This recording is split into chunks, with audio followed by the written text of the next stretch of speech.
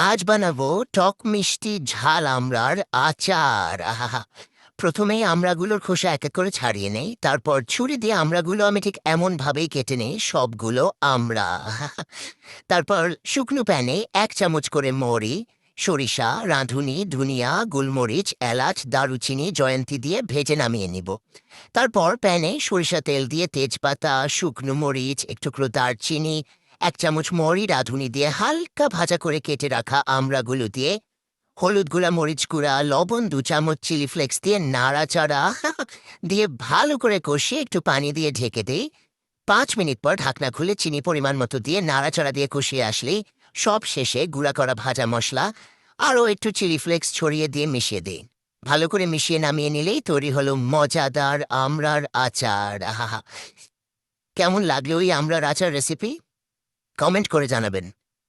আর এমন মজার রেসিপির জন্য চ্যানেলটা সাবস্ক্রাইব ফলো করে পাশে থাকবেন।